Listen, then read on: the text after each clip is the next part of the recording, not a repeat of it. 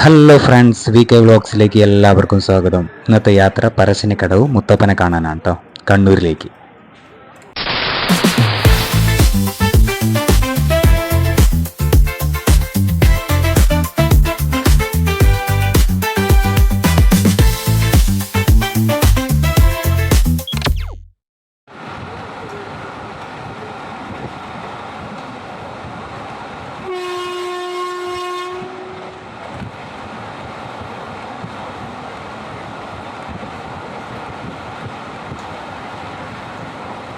കോഴിക്കോട് നിന്ന് നേരെ കണ്ണൂരേക്ക് ട്രെയിനിനാണ് പോയത്.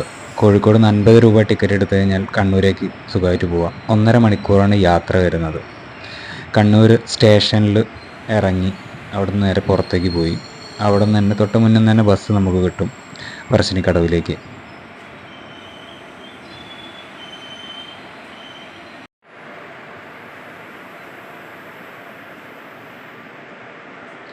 സ്റ്റേഷനിൽ അത്യാവശ്യം തിരക്കും കാര്യങ്ങളൊക്കെ ഉണ്ടായിരുന്നു കേട്ടോ. നല്ല തിരക്കായിരുന്നു. പിന്നെ അവിടെ നേരെ ബസ് കയറി 25 രൂപയാണ് പറശ്ശിനിക്കടവിലേക്ക് ബസ് ഫെയർ വന്നത്. ഏകദേശം ഒരു 3/4 മണിക്കൂറുണ്ടോ യാത്ര, 1 മണിക്കൂറിൻ്റെ അടുത്ത് യാത്ര ഉണ്ടായിരുന്നു പറശ്ശിനിക്കടവിലേക്ക്. നേരെ പറശ്ശിനിക്കടവിലെത്തി ബസ് സ്റ്റാൻഡിൽ തന്നെ അവിടെ നിൽക്കും. പിന്നെ അവിടെ നിന്ന് കുറച്ചുകൂടെ നടക്കാനേ ഉള്ളൂ ദൂരം.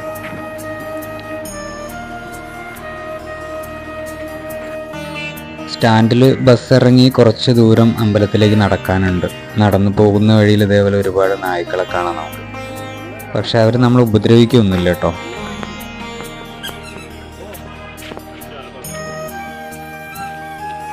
പിന്നെ പ്രത്യേകം ശ്രദ്ധിക്കേണ്ടത് ഒരുപാട് സ്റ്റെപ്പുകളുണ്ട് താഴത്തേക്ക് ഇറങ്ങുമ്പോൾ. ഒരുപാട് സ്റ്റെപ്പുകളുണ്ട്. അപ്പോൾ ശ്രദ്ധിച്ച് ഇറങ്ങാൻ ശ്രമിക്കുക. കാരണം ശ്രദ്ധിച്ചിറങ്ങിയിട്ടില്ലെങ്കിൽ വളരെ പെട്ടെന്ന് തന്നെ താഴത്തെത്തുന്നതാണ്.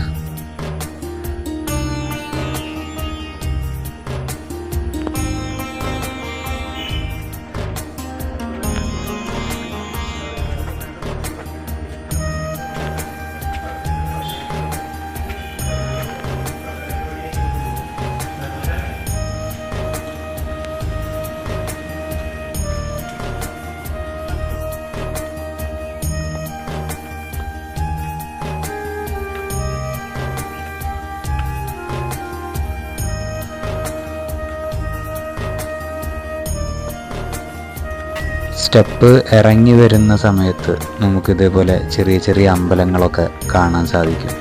അവിടെയൊക്കെ പോയി ഒന്ന് തൊഴുത് പ്രാർത്ഥിച്ചിട്ട് പതുക്കെ ഇറങ്ങിയാൽ മതി. ഒരുപാട് നായ്ക്കൾ അങ്ങനെ നിലത്തിങ്ങനെ കിടക്കുന്നത് കാണാം.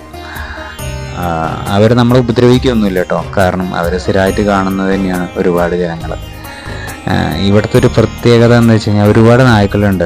ഇപ്പം ഈ ഒരു വീഡിയോയിൽ തന്നെ നിങ്ങൾക്ക് കാണാം, അമ്പലത്തിൻ്റെ ഉള്ളിൽ പോലും നായ്ക്കളുണ്ട്. ആരും അവരെ ഉപദ്രവിക്കാറില്ല, അവർ നമ്മളെ ഉപദ്രവിക്കാറില്ല.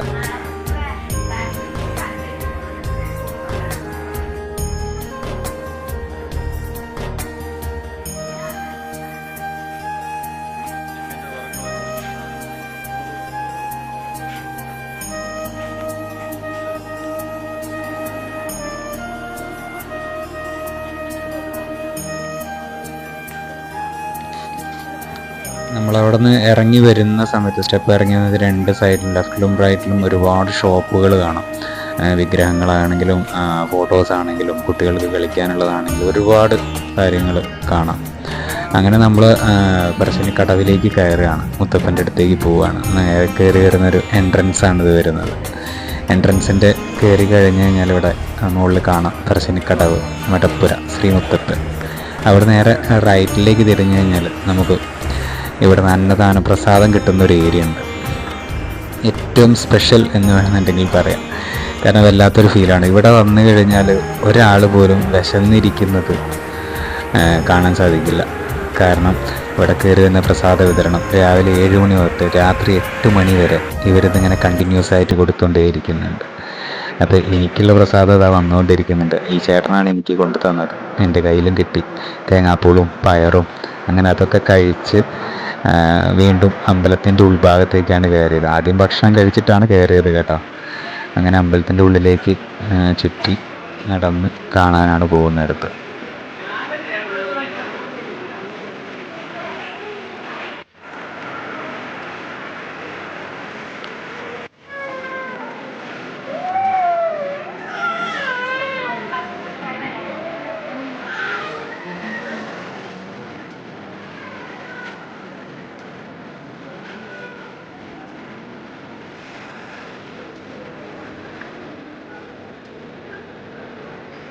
അമ്പലത്തിൻ്റെ നേരെ മുൻഭാഗത്ത് നമുക്ക് ഇതേവരെ വലിയൊരു പുഴ കാണാം കേട്ടോ. വേലിയൊക്കെ കെട്ടിധരിച്ചിട്ടുണ്ട്.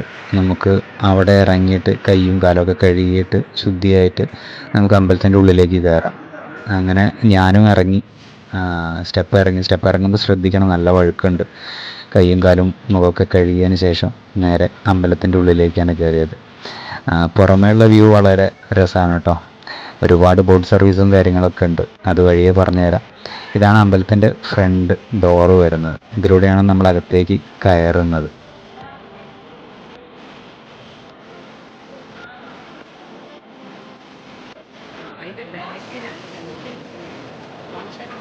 അമ്പലത്തിൻ്റെ പുറത്തുനിന്ന് നോക്കുമ്പോൾ കിട്ടുന്നൊരു വ്യൂ ആണ് കേട്ടോ. ഉള്ളിൽ ചെറിയൊരു അമ്പലം കണ്ടില്ലേ, അതിൻ്റെ ഉള്ളിലേക്കാണ് വരുന്നത്. ഞാൻ പറഞ്ഞില്ലേ, അമ്പലത്തിൻ്റെ ഉള്ളിൽ പോലും നായ്ക്കൾ സുഖമായിട്ട് കിടന്നുറങ്ങുന്നത്. ആരും അതിനെ ഉപദ്രവിക്കാറില്ല, അവർ നമ്മളെ ഉപദ്രവിക്കില്ല. കാരണം ഇത് അവരുടെ കൂടി അമ്പലമാണ്. കാരണം ഒരു വിശ്വാസത്തിൻ്റെ ഭാഗമാണ്. നമുക്ക് ചുറ്റമ്പലം ചുറ്റിക്കഴിഞ്ഞിട്ട് നമുക്കവിടെ ഇരിക്കാനുള്ള സൗകര്യങ്ങളും കാര്യങ്ങളൊക്കെ ഉണ്ട്. അവിടെ ഇരുന്ന് ഇങ്ങനെ വളരെ ഭക്തിയോട് കൂടിയിട്ട് വളരെ റിലാക്സ് ആയിട്ട് ഇരുന്നിങ്ങനെ അമ്പലമൊക്കെ വീക്ഷിച്ച് ഇങ്ങനെ ഇരിക്കാം. ഒരുപാട് പേര് ഇരിക്കുന്നുണ്ട് കേട്ടോ, ഒരുപാട് പേര്, മണിക്കൂറുകളോളം ഇരിക്കാം. ആരും എന്താണ് ഇരിക്കുന്നത് എന്നൊരു ചോദ്യമോ കാര്യങ്ങളോ ഒന്നുമില്ല. ഈ അമ്പലത്തിൻ്റെ മെയിനായിട്ടുള്ള പ്രത്യേകത നാനാമതസ്ഥർക്കും എല്ലാവർക്കും, അത് ഹിന്ദുവെന്നോ മുസൽമാനെന്നോ ക്രിസ്ത്യാനിയെന്നോ ഏതൊരു വ്യക്തിക്കും ഈ അമ്പലത്തിൽ കയറാം, തൊഴാം, അന്നദാനം കഴിക്കാം.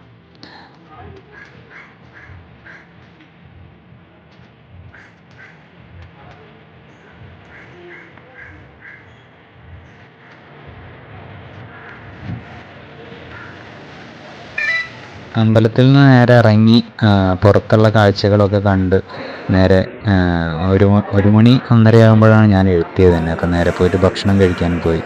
ഇവിടെ നമുക്ക് ഉച്ചയ്ക്ക് ഫുഡും ഒക്കെ ഉണ്ട് കേട്ടോ. നല്ല ചോറുണ്ട്, 2 കറിയുണ്ട്. അവിടെ നിന്ന് പോയി ഭക്ഷണമൊക്കെ കഴിച്ച് പുറത്തേക്ക് ഇറങ്ങാം. നല്ല ഫുഡാണ്, നല്ല വൃത്തിയും കാര്യങ്ങളൊക്കെ ഉണ്ട്. അങ്ങനെ ഭക്ഷണം കഴിച്ച് ഞാൻ അവിടെ നിന്ന് പുറത്തേക്ക് ഇറങ്ങി. ഒരുപാട് പേര് ഭക്ഷണം കഴിക്കുന്നുണ്ട്.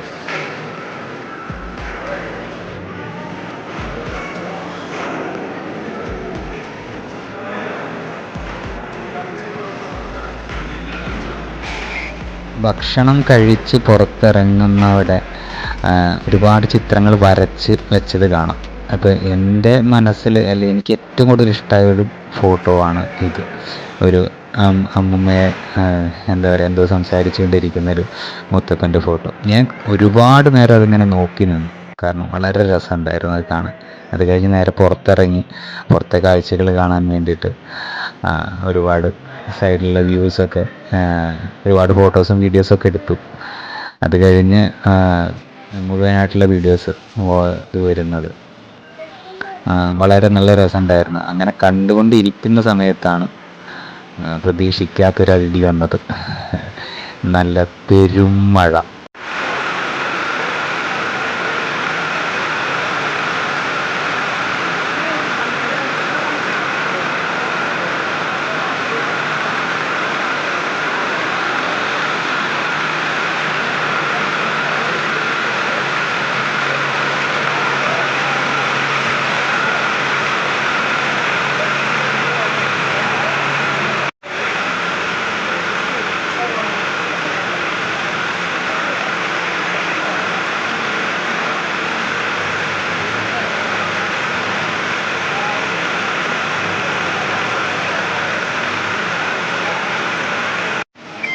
മഴയൊക്കെ ചോർന്നു കഴിഞ്ഞപ്പം എല്ലാവരും ഇങ്ങനെ പുറത്തിറങ്ങി ബോട്ട് സർവീസിൻ്റെ അടുത്തേക്ക് പോയിക്കൊണ്ടിരിക്കുകയാണ്. അപ്പോൾ ഞാനും ഒന്ന് ഇറങ്ങാമെന്ന് വിചാരിച്ചു.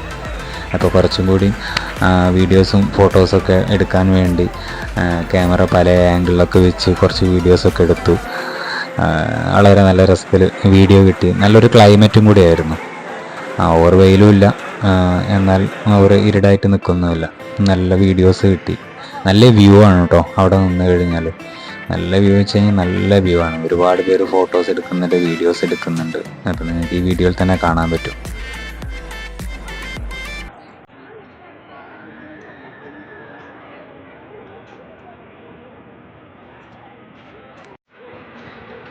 അവിടെ നിന്ന് നേരെ പോയത് ബോട്ട് സർവീസിൻ്റെ അടുത്തേക്കാണ് കേട്ടോ.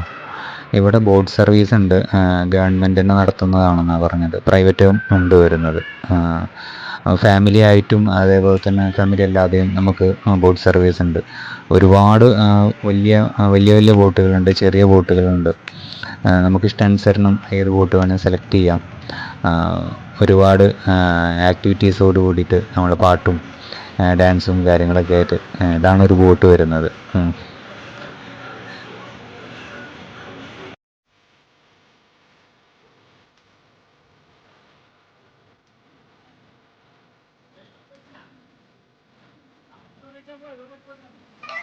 അവിടെ ബോട്ടിൻ്റെ ചാർജ് വരുന്ന ഒരാൾക്ക് 50 രൂപയും ഫാമിലി ആയിട്ട് പോകുന്ന ഫാമിലി ബോട്ടിന് 500 രൂപയാണ് ചാർജ് വരുന്നത് കേട്ടോ. അതായത് ഒരു ഫാമിലിയിൽ 10 പേർക്ക് 500 രൂപ ഫാമിലി ആയിട്ടുള്ള ബോട്ട്. അതല്ലാണ്ട് ഇതേപോലെ വലിയ ചങ്ങാടങ്ങളിൽ വലിയ ബോട്ടുണ്ട്, അതിൽ 50 രൂപയാണ്. അതിൽ ഒരുപാട് പേര് 10-50ഓളം പേരുകൾ കൊള്ളുന്നുണ്ട്. ഏകദേശം അരമണിക്കൂറോളം ഈ കായലിലൂടെ നമുക്ക് ബോട്ട് സർവീസ് അവൈലബിൾ ആണ് വരുന്നത്.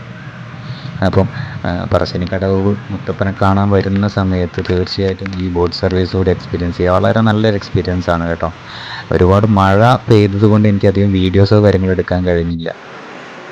അത് കഴിഞ്ഞ് നേരെ പുറത്തിറങ്ങി, ബോട്ട് സർവീസും കാര്യങ്ങളൊക്കെ കഴിഞ്ഞ് നേരെ പുറത്തിറങ്ങി അമ്പലത്തിൽ നിന്ന് പതുക്കെ പുറത്തേക്ക് ഇറങ്ങി ഇനി നേരെ വീട് പിടിക്കാനുള്ള പരിപാടിയാണ്. ആദ്യമായിട്ടാണ് നമ്മളുടെ വീഡിയോ കാണുന്നുണ്ടെങ്കിൽ ദയവേത് സബ്സ്ക്രൈബ് ചെയ്യണം, ലൈക്ക് ചെയ്യാനും ഷെയർ ചെയ്യണം, കമൻറ്റ് ചെയ്യണം. എന്തെങ്കിലും തെറ്റുകുറ്റങ്ങളുണ്ടെങ്കിൽ അത് പറഞ്ഞു തരും വേണം കേട്ടോ. VK vlogs. ഒരു വട്ടം കൂടി മുത്തപ്പനെ ഒന്ന് തിരിഞ്ഞു നോക്കിയിട്ട് ഇനിയും വരാം എന്ന് പറഞ്ഞുകൊണ്ട് അവിടെ നിന്ന് ഇറങ്ങി മനസ്സില്ലാ മനസ്സോടെ. കാരണം വല്ലാത്തൊരു ഫീലാണ് അവിടെ വന്ന് കഴിഞ്ഞാൽ നമുക്ക് സമയം പോകുന്ന അറിയില്ല. തിരിച്ചു വരുന്ന സമയത്ത് അതേപോലെ ഒരുപാട് നായ്ക്കളെ കാണാൻ പറ്റും. ഒന്നും രണ്ടും ഒന്നല്ല കേട്ടോ, ഒരുപാടുണ്ട്. ഇനിയുള്ളതാണ് പ്രശ്നം, ഈ ഇറങ്ങിയ സ്റ്റെപ്പ് മുഴുവൻ ചവിട്ടി കയറണ്ടേ. സത്യം പറയാൻ സ്റ്റെപ്പ് കയറാൻ നല്ല ബുദ്ധിമുട്ടുണ്ടായിരുന്നു കേട്ടോ. കയറി കയറി കയറി കുഴങ്ങി. അവിടുന്ന് നേരെ കണ്ണൂർ സ്റ്റേഷനിലേക്ക് പോയി ബസ് കയറിയിട്ട്. ഇനി നേരെ കോഴിക്കോട്ടേക്ക്.